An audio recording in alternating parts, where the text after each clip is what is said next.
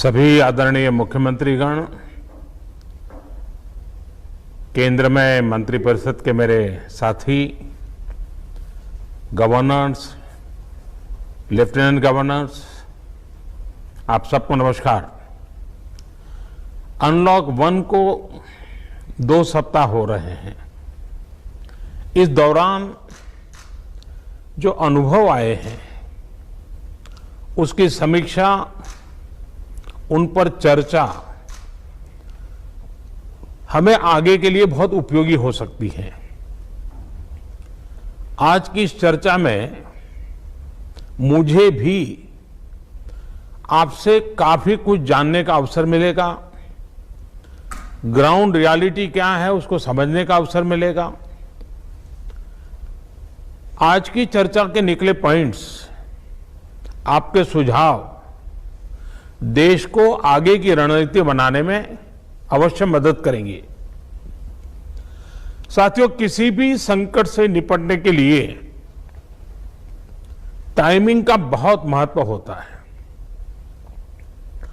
सही समय पर लिए गए फैसलों ने देश में कोरोना संक्रमण को नियंत्रित करने में बहुत मदद की है।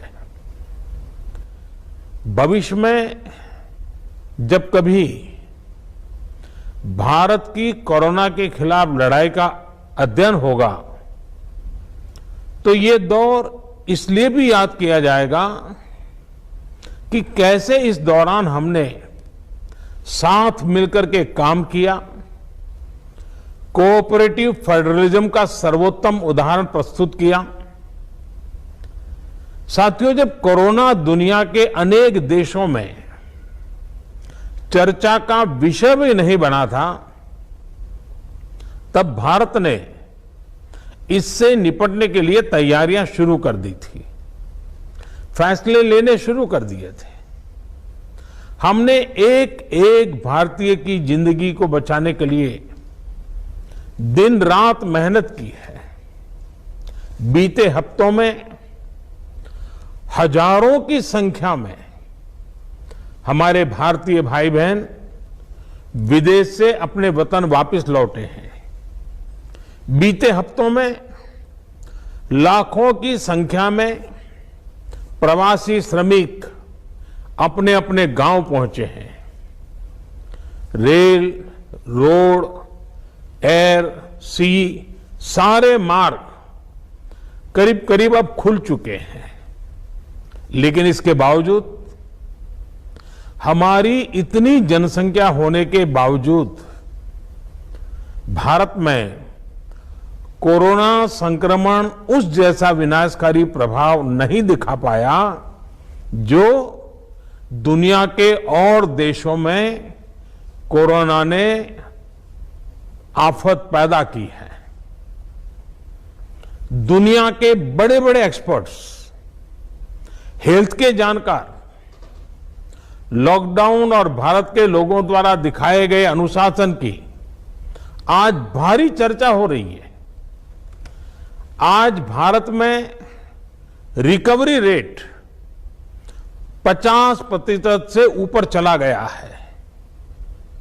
आज भारत दुनिया के उन देशों में अग्रणी है जहां कोरोना संक्रमित मरीजों का जीवन बच रहा है।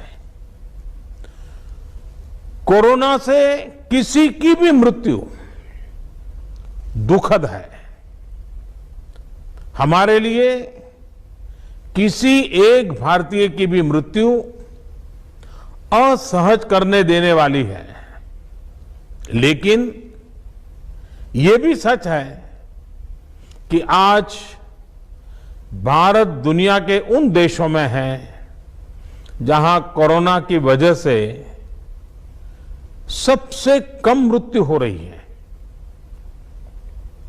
अब अनेक राज्यों के अनुभव आज आत्मविश्वास जगाते हैं कि भारत कोरोना के इस संकट में अपने नुकसान को सीमित करते हुए आगे बढ़ सकता है।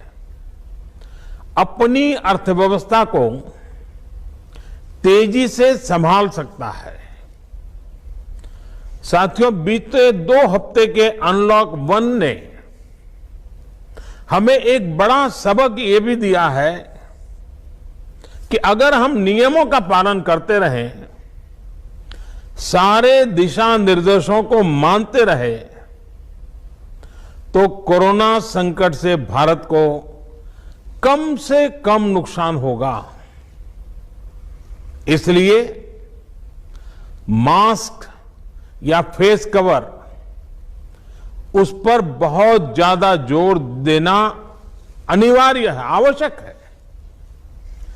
बिना मास्क या फेस कवर के घर से बाहर निकलने की अभी कल्पना करना भी सही नहीं है।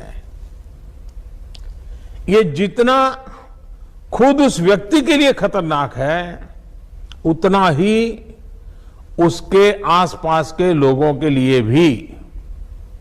इसलिए 2 गज की दूरी का हमारा मंत्र हो, दिन में कई बार 20-20 सेकंड के लिए साबुन से हाथ धोने की बात हो, सैनिटाइजर का इस्तेमाल हो, ये सभी बहुत गंभीरता से किए जाने चाहिए।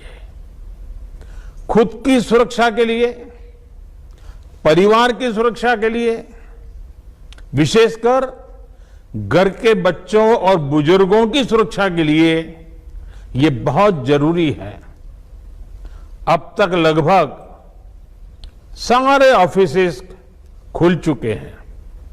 प्राइवेट सेक्टर में भी लोग ऑफिस जाने लगे हैं। बाजारों में, सड़कों पर भीड़ बढ़ने लगी है। तो ये सारे उपाय ही कोरोना को तेजी से फैलने से रोकने में मददगार होंगे। थोड़ी सी भी लापरवाही, थोड़ी सी भी ढिलाई, अनुशासन में कमी कोरोना के खिलाफ हम सभी की लड़ाई को कमजोर करेगा और इतने दिनों की जो तपस्या है उस पर पानी फिर जाएगा। हमें इस बात का हमेशा ध्यान रखना है कि हम कोरोना को जितना रोक पाएंगे, उसका बढ़ना जितना रोक पाएंगे, उतना ही हमारी अर्थव्यवस्था खुलेगी, हमारे दफ्तर खुलेंगे, मार्केट खुलेंगे, ट्रांसपोर्ट के साधन खुलेंगे और उतने ही रोजगार के नए अवसर भी बनेंगे।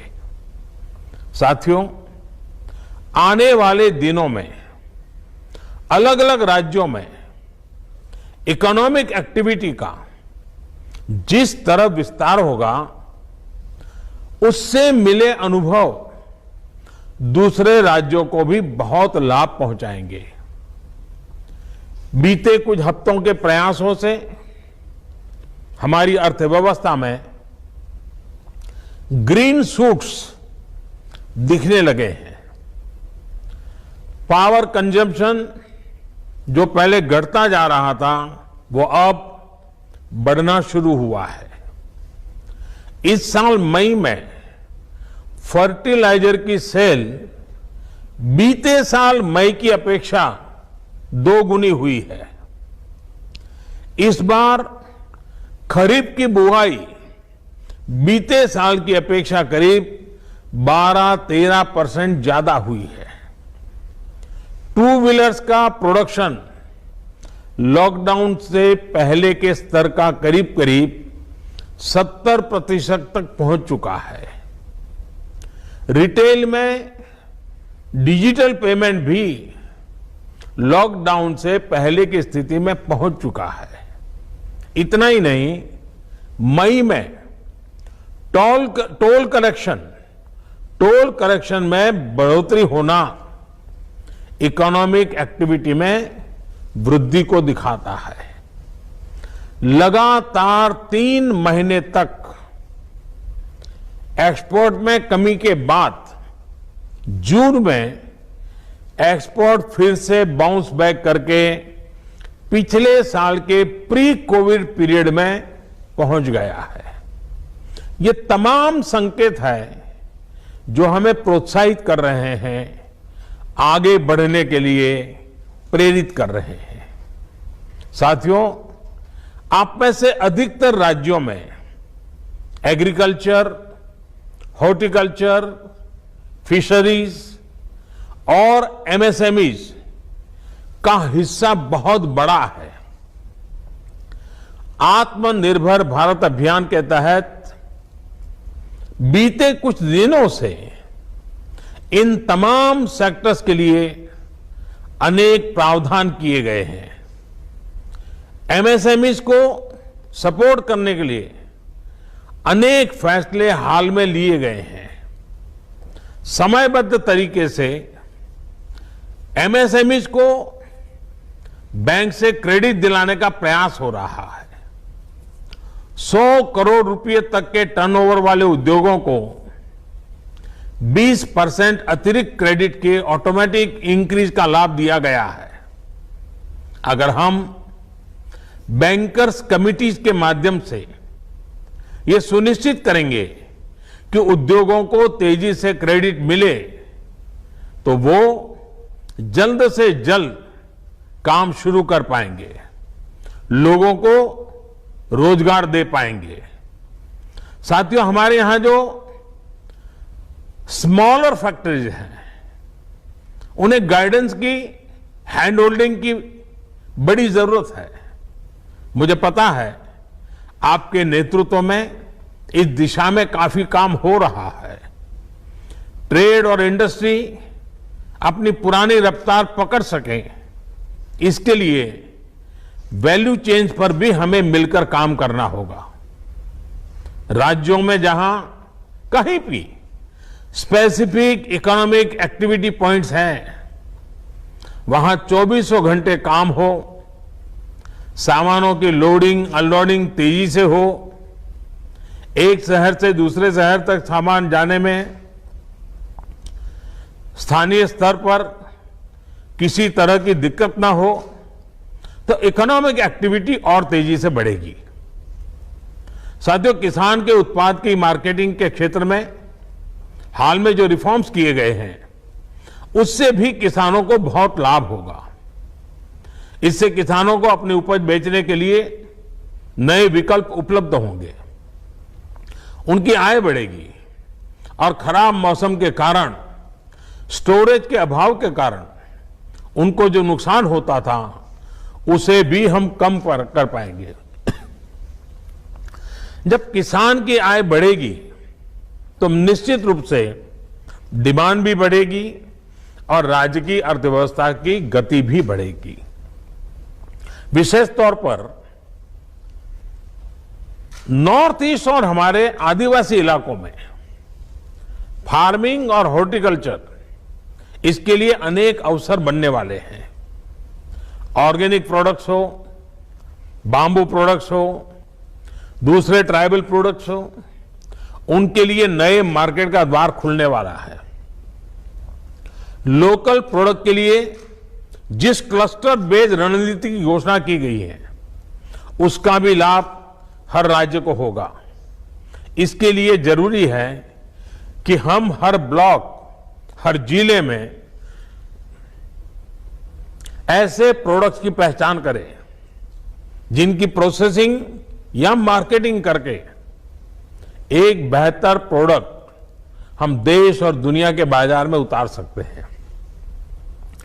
साथियों, बीते दिनों आत्मनिर्भर भारत अभियान के तहत जितनी भी घोषणाएं की गई हैं, वो एक निश्चित समय सीमा के भीतर जमीन पर उतरे, इसके लिए हमें एकजुट होकर काम करना है।